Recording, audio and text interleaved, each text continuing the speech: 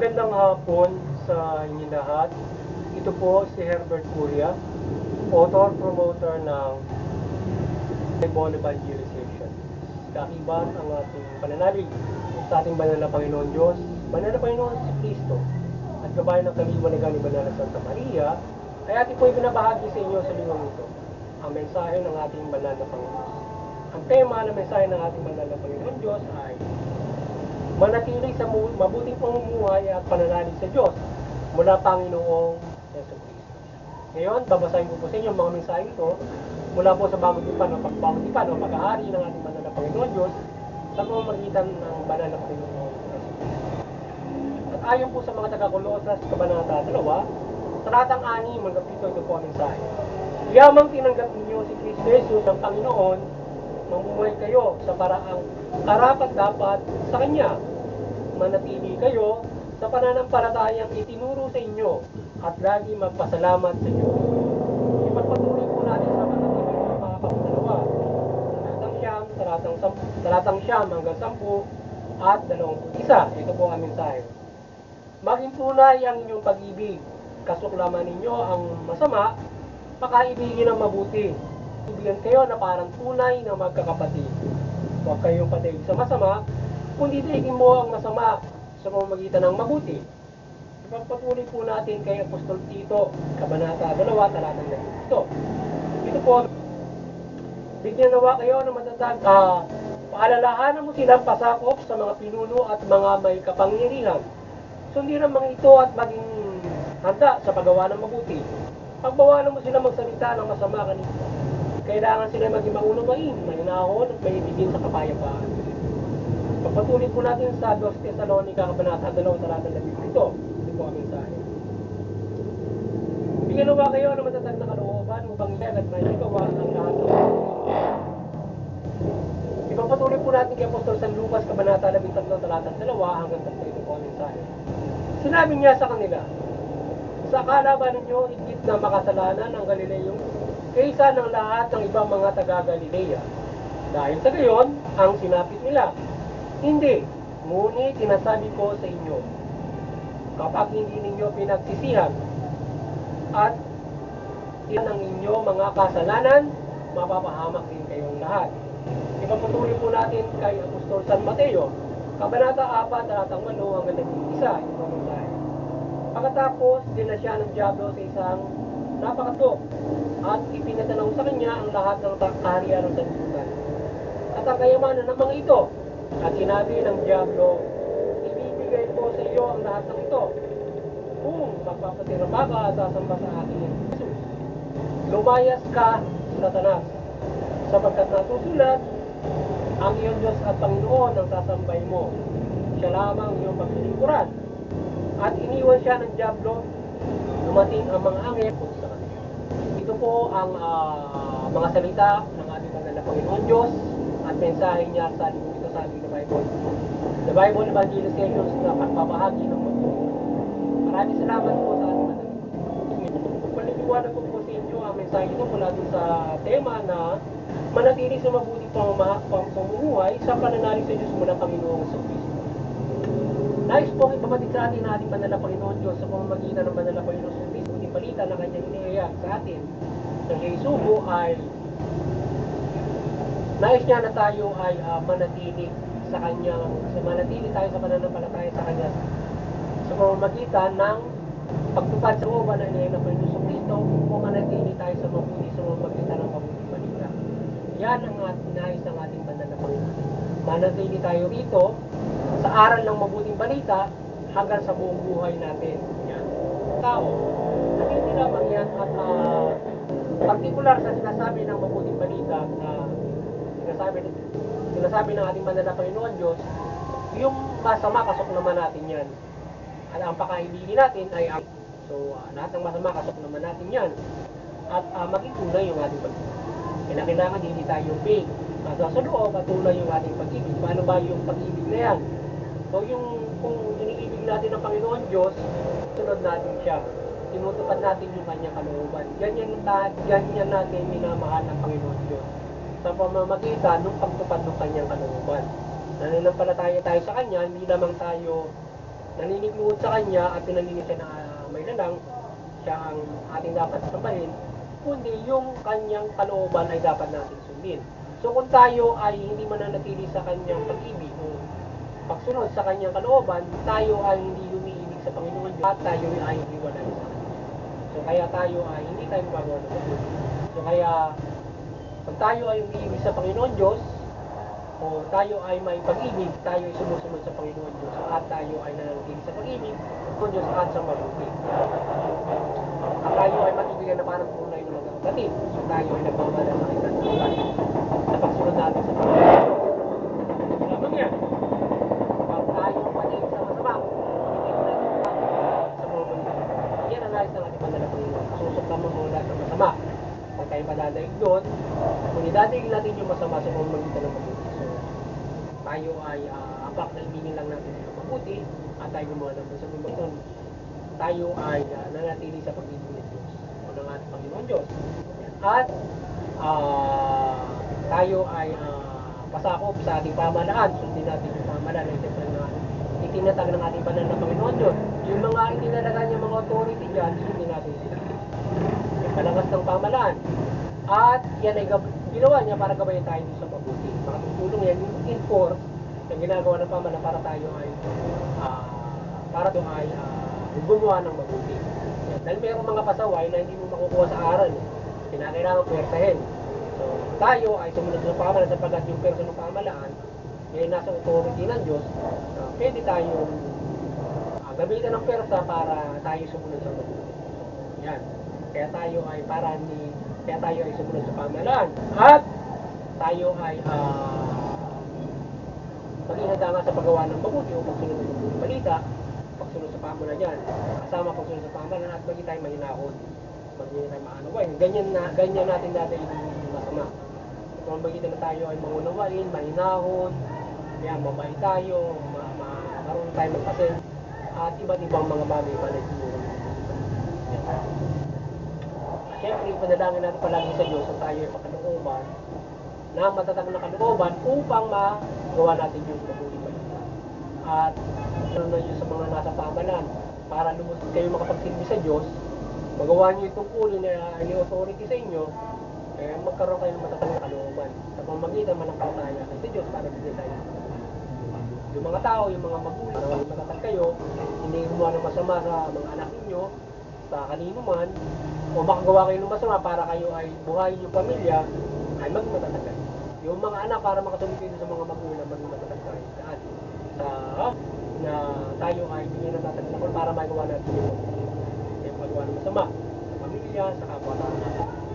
Yan at yun ding sinasabi din natin man ng Panginoon sa Kristo,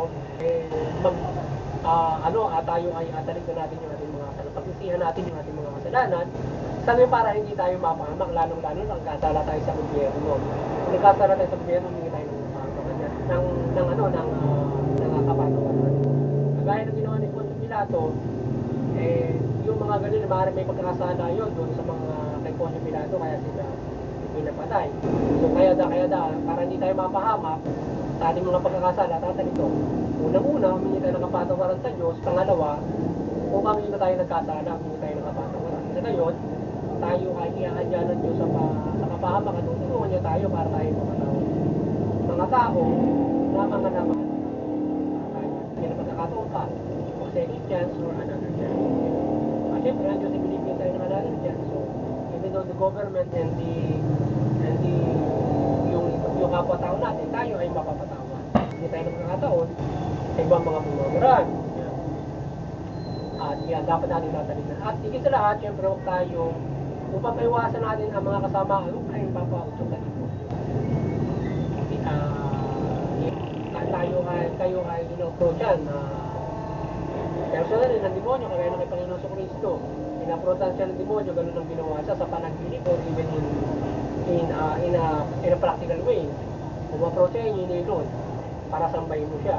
So gagawa ka ng masama at sasambahin mo. Iwasan natin masambahin yung demonyo at tayo ay makagawa ng mabuti. Ano na sa ating mga sarili. Para tayo ay hindi mapahamak. Ang ating sasambahin lamang ay ang ating Panginoon Diyos at sa kanya at ibibigay niya sa atin yung ating mga pangangailangan. na mga para mabuhay tayo sa mundong ito. Kaya para tayo ay hindi mapahamak ay at magsisi tayo sa ating mga kasalanan kaya pauusap sa mundo para tayo magkamali. Kasok naman natin yung demonyo, kasok naman natin yung masamang gawain. Na halimbawa tayo hinigayat na natutukso ka sa kayamanan, gagawa ka ng masama para makuha mo yun, hindi mo makuha ng mabuti. Diba? Or else, kahit nakukuha mo ng mabuti, nakakalimutan mo naman yung Diyos. Nakakalimutan mo yung pamilya mo. So, kayamanan na lamang yun ang inisip mo. Nakakalimutan mo na gumawa ng mabuti sa kapwa-tao mo. So, yun. Kaya siguro dapat, kinakailangan ay nakatutugon ka at nakasusunod ka sa kalooban ng ating mga sa pamumuhay na ito. Na, yan, kailangan natin ng material para tayo ay mabuhay, ay siyempre ito tayo alam naman ng Diyos yan, alam na Diyos ang pangangailangan. Kaya tayo ay wag pa sa pamamagitan na maidaos natin yung pamumuhay, wag tayo papatok sa demonyo na sila isambay natin, mahikaya tayo sa gawang masama. Ang Diyos lamang ating nasambay na sa kanya natin hilingin ang lahat ng ating mga pangangailangan at buhay. Pagkatatanggol natin ng buhay sa pamamagitan ng pananampalataya sa Diyos. Kung protektahan natin ang buhay, not with the demon, not with the evil. So hindi natin kung protektahan sa masama ang buhay natin, kung sa pamamagitan ng mabuti. Kaya natin, hindi yung masama sa pamamagitan ng mabuti. Iwasan mo, maging mahinahon ka, may pamahalaan, mga bagay. Kung ang gumagawa ng masama ay mga pasaway, makaharm sa iyo, mga bagay, or anything else na masama na kinatempt mo. Pagka kasi yung sa kalooban mo, kapag nakakita mo na ikaw ay tempt ng masama, lalo gutom ka, doon ka yung kaya hindi mo. Siyempre, nakagawa ka ng masama kasi lalo gutom ka, wala kang pera, mga ganun. At tempt ka, gumawa ka ng masama. Lalo anak mo, nakita mo, gutom. Gawa ka ng masama. Kaya iwasan mo na maging ganun ka, manampalataya tayo sa Panginoon Diyos na masuklam tayo na kaya ay gutom na, tayo ay mananampalataya pa rin sa ating mga Panginoon. Sa gayon, tayo ay gagabayan niya sa mabuti. Ganyan. Okay? So ngayon, ay muli, sana ay kayo ay nagabayan na naman ng The Bible Evangelization sa inyong spiritual na pamumuhay. Sa gayon, kayo ay magkaroon ng kaligtasan, pag-asa ng kaligtasang spiritual sa pamumuhay na ito. At tayo ay patuloy na dumadalangin ng gabayan ng kaliwanagan ng ating banal na Santa Maria. Sana tayo patuloy na gabayan ng kaliwanagan ng banal na Santa Maria sa ating pagbabahagi ng mabuting balita. Na tayo ay na gabayan tayo sa pagtalima ng kalooban ng ating banal na Panginoon Diyos na ating ibinabahagi sa inyo. So tayo ay niyang magpalain ng ating banal na Panginoon Diyos, Panginoon Kristo at banal na Espiritu. At sa pamamagitan ng pagkabay sa ating tayo ay ulang. Ngayon man, di sa lahat ay yung hindi man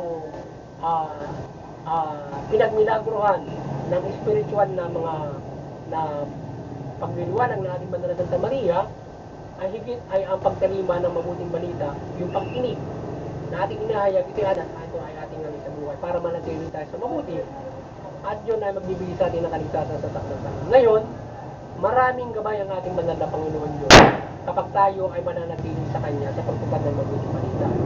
Hindi lamang yan sa paggabay ng banal na Santa Maria ng kanyang kaliwanagan. Maraming bagay tayong gagabay ng banal na Panginoon Diyos sa ating pagtupad. Yan. At sa Interfaith Unity, tayo patuloy na magkaisa dyan, magulungan tayo ng mga reliyon. Kasi tayo nagtutunggalian ng isang karantahan at pagkakaroon ng labanan. Pagpos, ihikaya tayo ng pagkakaisa, kapayapaan, pagtutulungan at pagmamahalan. Mga pamahalaan, mga bawat nasyon. Gayun din, ay CBC, Vatican Church, patuloy ngayong maliwanagan ng ating banal na Panginoon Diyos, banal na Panginoon Kristo. Gayun din naman ng Santa Maria, maliwanagan kayo at patuloy nyo pagbukulorin ng sangkatawan sa pananampalataya sa Panginoon Diyos na Yesu Cristo at mabuti. Yan. At sa ating munting kailan, sa ating pagbahagi ng mabuting balita sa Divine Evangelizations ay patuloy natin pagbuklod ng sangkatawan sa pananampalataya mula Panginoon sa Cristo at mabuting balita. Sa mga kapamalaan, kayo maliwanagan ni Mother Mary at inyong tugunan yung talimayan ng mabuting balita. Sa pagtalimanan ng mabuting balita, matutugunin nyo mabuting pamamahala at matutugon nyo ang pagpapaira ng mabuting pamamahala, patas ng justisya at karapatang magtao. At doon sa aming lokal na pamahalaan, doon sa at kayo din sa aming lokal na kapulisan, magabayan kayo ng Banda ng Santa Maria at kayo magpaira ng civil order, enforcement, patas ng justisya, tugunin nyo yung karapatang magtao. Doon sa lokal na pamahalaan, doon sa lokal na enforcement. Ngayon din ay doon sa mga sa aming parokya, doon sa dito sa lugar namin, kung saan tayo babagi sa Infanta Quezon, ay maliwanagan ni Banda ng Santa Maria at patuloy yung pagpuno rin ng mga may Infanta Quezon sa lugar tayo sa Pilipinas. Wala kami muli ay maliwanagan tayong lahat at magandang hapon at Happy New Year sa inyong lahat. Stay good, stay safe, and keep the faith. So, iwasan natin yung tayo ay gumawa nung iwasan natin yung pagpapaputok ng iligal. Kundi sundin natin yung sundin natin ang sinasaad ng o ang gabay ng kapamahalaan. Yan, para tayo ay manatiling safe. So magandang hapon sa inyo lahat.